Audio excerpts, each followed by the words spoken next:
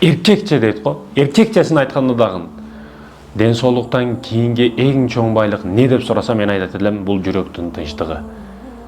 Чындыгында жүрөк тынчтыгы. Миллиарддаган акчаны тапкандар бар. Сен ойлогон байлыкка жетип ашкандар бар. Акчаны пачкалап тапкандар, бирок жүрөгүндө тынчтык жок бирок. Жүзү карарып, тамеки тартып, 2 мүнөт сайын жүрөгү тынчтык албастан жүрөгүндө бакыт жок.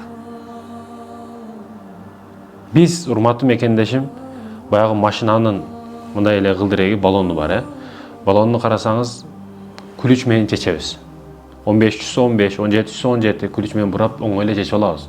Эгерде күлүч табылбай калса, жаман кыйналабыз. Иттей азап тартабыз. Ар кандай зымдарды алып келип, ар кандай башка күлүчтөрдү, бычактарды жанына тыгып, айтор аны чечиши өлүм болот. Бирок ошол оңой эле бир күлүчү болсо чечилип калат да. Биздин жүрөгүбүздө бир боштук бар, урматтуу мекендешим. Ошол боштукту бүгүн толтурам деп адамдар Европада жүрөт, Россияда жүрөт, Америкада жүрөт. Ошол боштукту толтурсам, бактылуу болом деген түшүнүк менен жүрөт да. Бул акча деп өзүн ойлоп алган да, бүгүн акча деп түшүнүп алган. Ошо акчаны көп тапсам, көп неме кылсам, экетаж үй салсам, элдин артыкча болуп жашасам, ошондо бактылуу болом деген түшүнүк баягы күлүчтү таппай атат да. Мен айткан күлүчтү таппай атат. Чече турган нерсени таппай атат. Ошо чече турган нерсе эмне, урматтуу мекендешим, жүрөктүн тынчтыгы. Аны таппасаң, бакыттын элигин билбей өлүп кетесиң бул дүйнөдөн. Ошондуктан, урматтуу мекендештерим, жүрөктүн тынчтыгы. Эң негизгиси жүрөктүн тынчтыгы. Эң чоң байлык. Ден соолуктан кийин не деп сураса, мен жүрөктүн тынчтыгы деп жооп берет элем.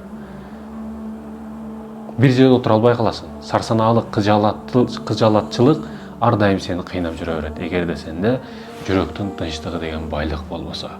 Ошондуктан, урматтуу мекендештерим, бул негизги жүрөктүн тынчтыгын буза турган нерселер биринчиден бул күнөө, зина кылуу, зикир кылбоо.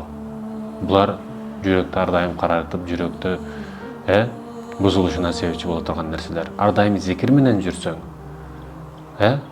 иншалла баары ордунда болот.